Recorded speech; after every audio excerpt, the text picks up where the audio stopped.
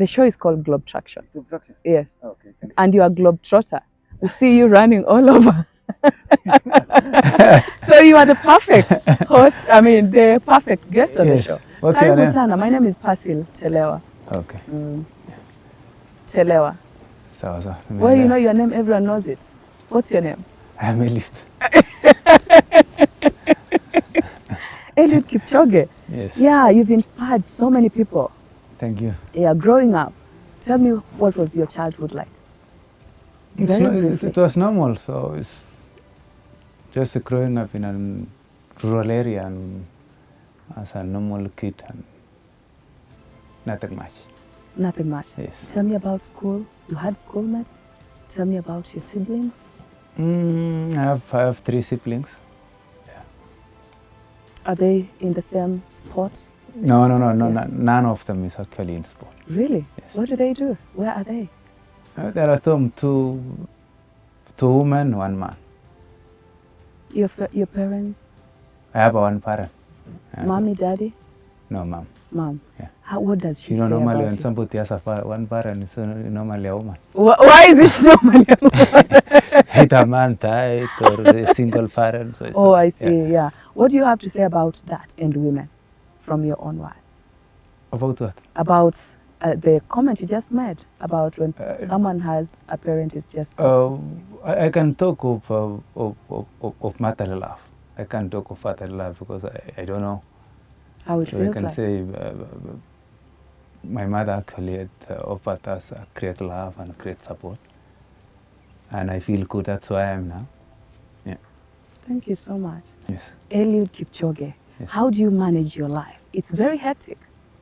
I manage it and plan myself well. Try to go through all the things. Do you have like a personal assistant who makes sure everything is on point? Because I try to plan myself well, honestly, but I tell you, I mess up big time. I'm personal assistant myself. You are? Yes. You don't have anybody else helping you around? Be honest. That's a story for another day. Let's do it today, very briefly. I don't have a personal assistant. A driver? This is my car, I'm driving.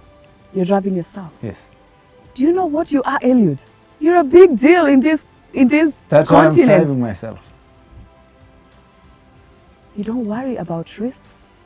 You don't worry about, you have so much in your mind. You might not be able to do everything. I think I know how to handle them.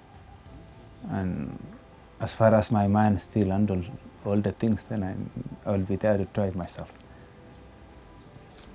I'm impressed. Let's talk about your day-to-day schedule. When you wake up, what do you do? 5, 6 days in a week? I wake up 15 minutes to 6 and just do the normal, go to the toilet and get hot tire. What says you going to the toilet is the normal? That's the normal. If you can't sleep without going to the toilet. Oh, yes. And you can't wake up without going to the toilet. Mm-hmm. So I have a good reason why I'm saying going to the toilet. Toilet is a silent place whereby every morning I go there and pray to tell God that thank you for actually giving me the great night, but please handle my conscience for the whole day.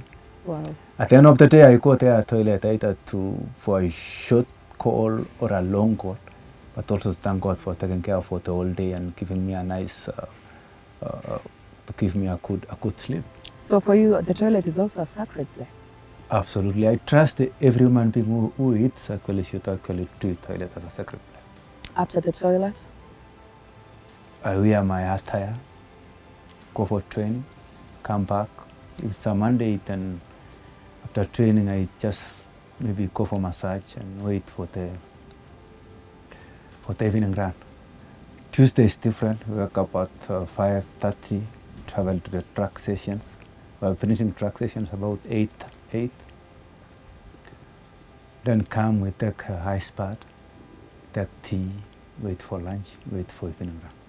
Wednesday is another day whereby we wake up like Monday, 5:45. Go for training, come, we take breakfast, 10 o'clock we embark on exercises, then we wait for lunch. We go for evening run. I do an extra workout for going to indoor park for an hour, and I call it a day. So does that all happen in this camp? Absolutely, yes. Great. Yeah. When do you get to this camp and when do you leave this camp? I get to this camp at Monday noon, and I leave Saturday at 9. You'll come here Monday noon, spend 5 days, Yes. leave on Saturday. Yes. Because I just caught you while you're leaving today. Yeah. Yeah. And this is Saturday. What happens to the other life you have? Because I understand you have family, by the way. Tell me about your family, Eliud. I have a family, and How I'm many going kids straight right now now? to my home. Yeah. I have 3 kids. And How many girls? How many 1 boys? girl, 2 boys. Good. Yes. And your wife? Yes, absolutely. That's normal because kids cannot come without a woman. I get it. Yes. Yeah, so the kids, what do they say about not seeing dad for 5 days? I have tried to actually sensitize my kids on the reason why I'm in the camp for 5 days. And they really know well why I am here and why I am on Saturday and Sunday and Monday morning at home.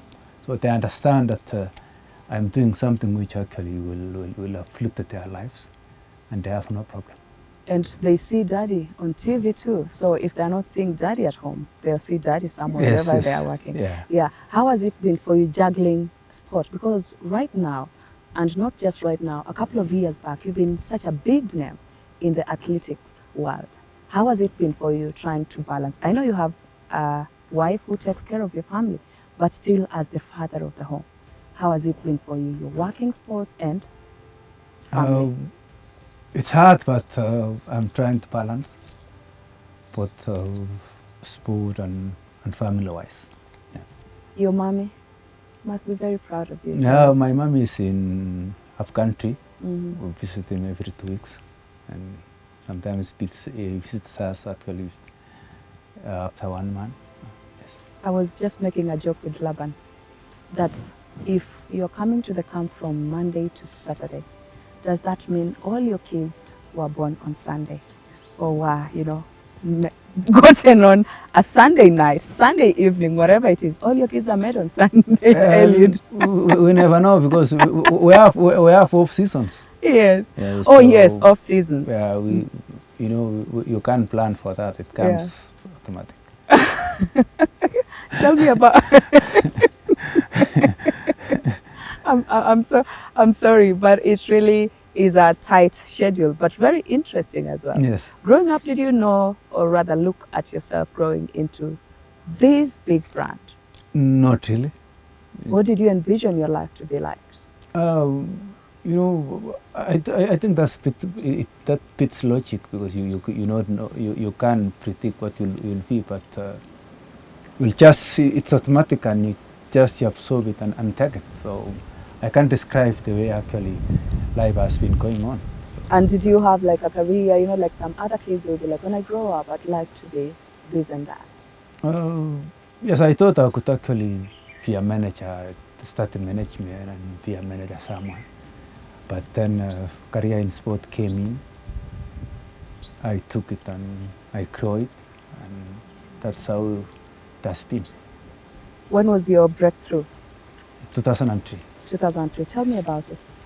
2003 actually was a year of breakthrough. I won a World Cross Country Junior in Lausanne, and 3 months down the line, then I won a big race in World Championships. Yes. And I say that was the genesis of my life in sport. Yeah. I'm still looking at so much more besides the 2003. And had you made up your mind that that is what you wanted to do after that breakthrough? Oh yes, after that breakthrough, then it was to put all the mind actually in training and knowing what a sport is, knowing what a sport brings to life of a human being and the whole community and the whole world. Mm-hmm. When did big money start trickling in? Because this is a talent you have, but it's very disciplined. It's not a talent you can play around with because people your age they party Saturdays and Sundays. They go out partying, drinking, clubbing, whatever, doing whatever it is. So when it hits you that this is what you want to do as a profession, how did that get into your psychology, and what is it that you had to shun? You know? I don't think there is big money and small money. I've never seen big money. I've never seen small money. To me, description of big money perhaps Well, is... I don't know. I don't know the meaning, but I don't think there is big money and small money. But all in all is that I know sport athlete circle requires a real self-discipline, no discipline at all. A real self-discipline whereby you can know what you are doing. And my conscience actually doesn't allow me to go to club and party all the day. I trust that I am comfortable and enjoying life there I am. Do you miss hanging out with family, you know, doing the things normal people What's do? the meaning of hanging out? Hanging out is, you know, we have parties and events for family, and your mom is visiting your home, and your siblings want to hang out. You know, the way you used to hang out with your family? Is it the same thing? December actually we are with the man of whereby we are with the whole family. And that's why, and they understand what I am doing. I'm telling them I'm doing this because, you know, I have a lot in my shoulders. I need to shun some other things and make life go on. When we talk about a marathon coming up, and we have 365 days in a year, how many are you likely to take part in a year? In terms of marathons? Yeah, in terms of marathons. Only 2 marathons a year. Only 2?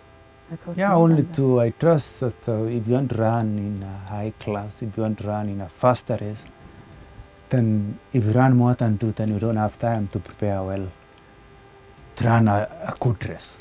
But if you want to be average in marathon, then you can run more.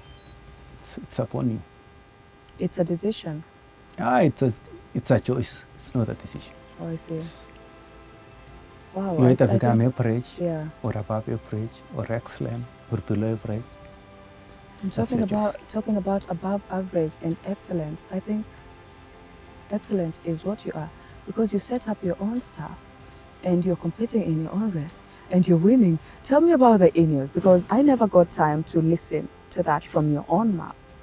Tell me about it, and how did you even think about that? How did it come about? In-use actually is, it was a huge project actually, which came in from the people who love the sport, from the people who actually love and want to see other human beings making history. And it came in that the in-use boss, that's Jim Ratcliffe, actually thought one day that that's been long since 1954 that human beings has been making history. Can we make history in marathon? And then they approached our agency, that's Global Sports in Netherlands. And I was actually spotted to actually champion the project. I say yes, and I thank them actually for giving me a chance to just make history and push the boundaries to show people that what you are saying and actually putting your mind is can work. So it was a big day that I don't think it will be another day, but it was a big day for me. It was a big day for sporting world. It was a big day actually for fitness community in the whole world to watch and see a human being making history. When the whole world is watching you, all eyes were on Eliud Kipchoge. This is a Kenyan guy from a Kenyan village, raised by now who is a single parent, because you told me your dad is no longer there. Yeah. How does that make you inside feel? How do you feel? I really felt good and show people that it doesn't mean when you are actually disadvantaged somewhere, then you can make it be an advantage somewhere. So I felt good, and I think I made my mom proud actually to know that she has been taking care of me, and that was the result. So when you prepare to travel for those big marathons, do you have any specifics that you put in place? Perhaps I'd like to go with my wife, perhaps I'd like to go with my son, my daughter, or whatever. My marathons are hectic. My marathon is not like going for an holiday. It's, every marathon I'm going is a real marathon whereby I need to run a fast race. I need to run a world record or something else. So it will be, there will be a time whereby I will be going with all my family to enjoy what's going on in other world apart from Kenya. But normally I'm going with my coach and physiotherapist and the manager. This is to show that this is a real serious thing. It's not an holiday at all. Yeah. So when the marathon is happening, let's say on 10th of that specific month, how many days in advance do you go? And what do you do prior to your marathon? I travel a week prior to the marathon, just jogging, going on to the press and actually visiting the sponsors, because without the sponsors then I could not be there. I'll come back. Brett, let me come back to the sponsors now that you mentioned. Who are your sponsors currently? And how do you get, allow me just beat somebody on you. Pow! I'm sorry. Sorry, there was a cockroach. But it was a pleasure beating the Ineos. Okay, perhaps let me get back to that. How do you fish your sponsors, or how do they fish you? And do you get to a point whereby you say, I'm not working with so-and-so, or I don't want or wish to associate my brand with this specific?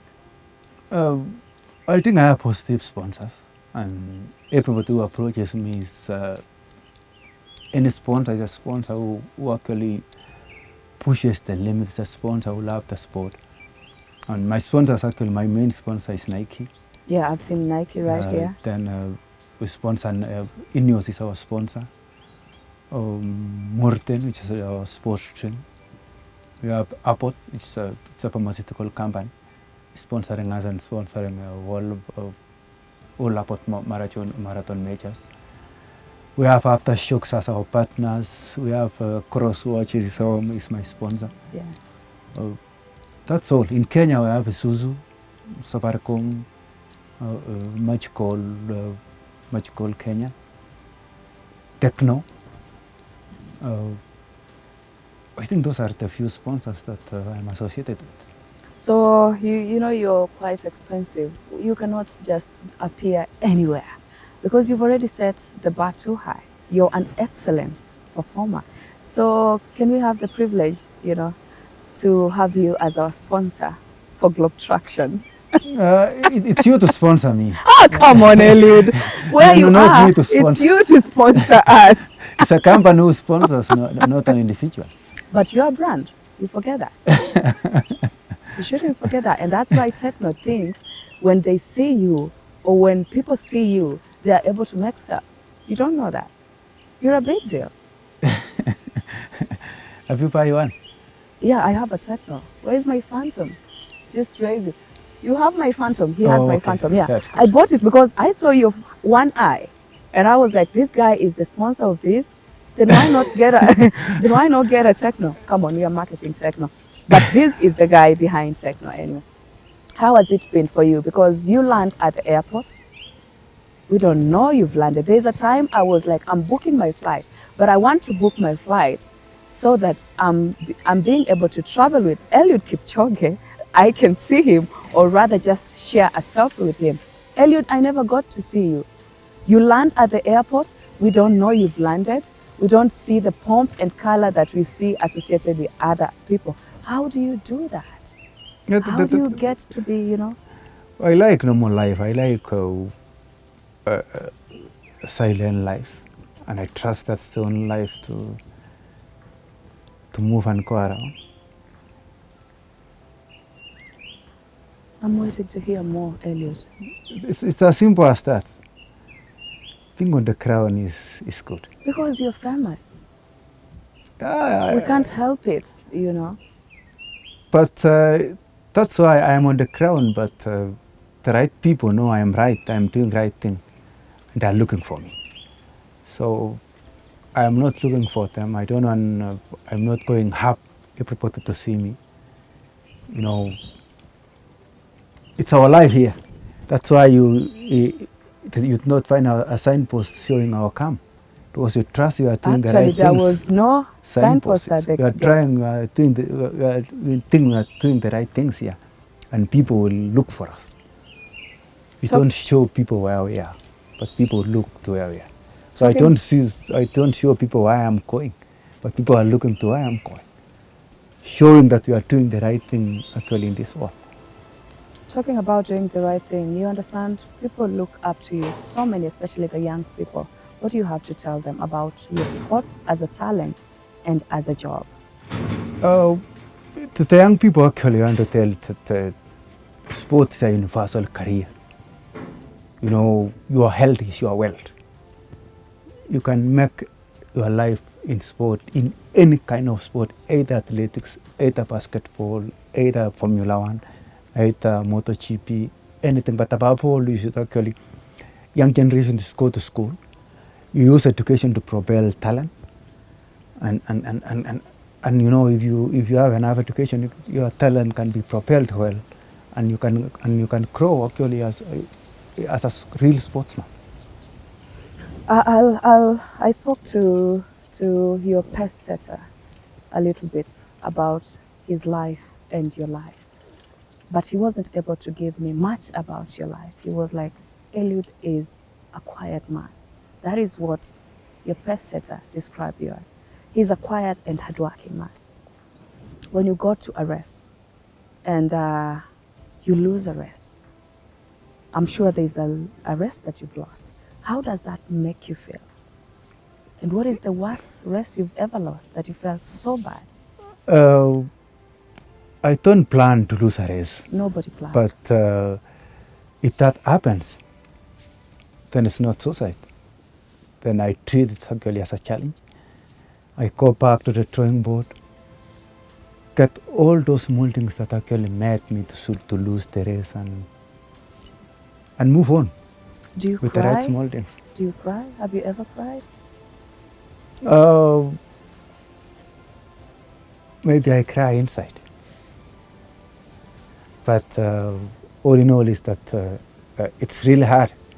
The moment in London I lost and I go up to 8th position, but it was hard because I trained for a very long time.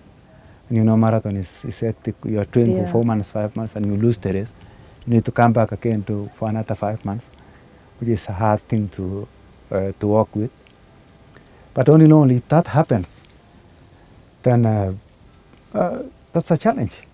It's not the end of the world. You haven't had tears just trickle down your eyes, have you?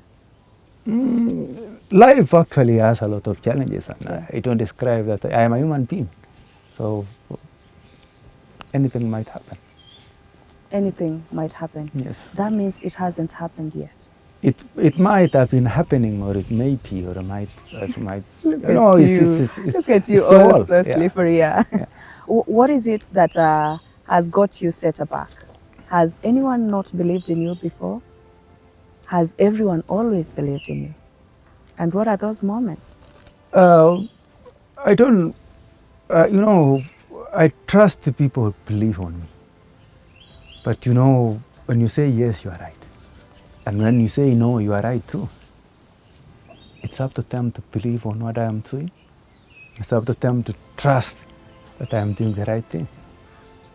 So it's, I don't bang on people to believe on me, but you know, they have the autonomy to believe on me, and they have the autonomy not to believe on me. That's why I always say, when you say yes, you are right.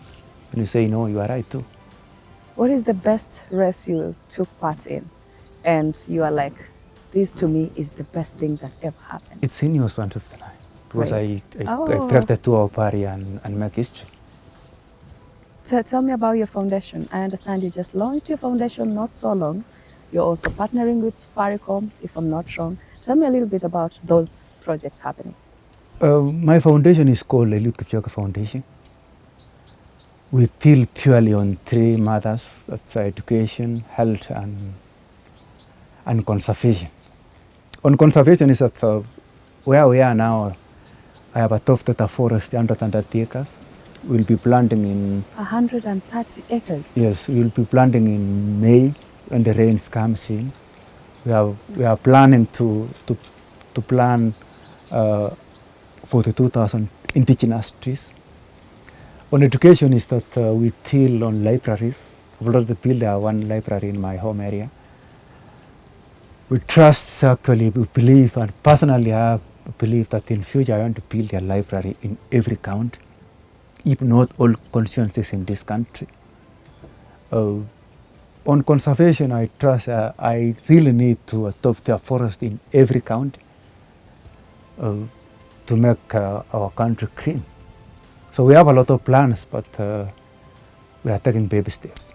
Why the passion for education? And also just give me a glimpse of your education.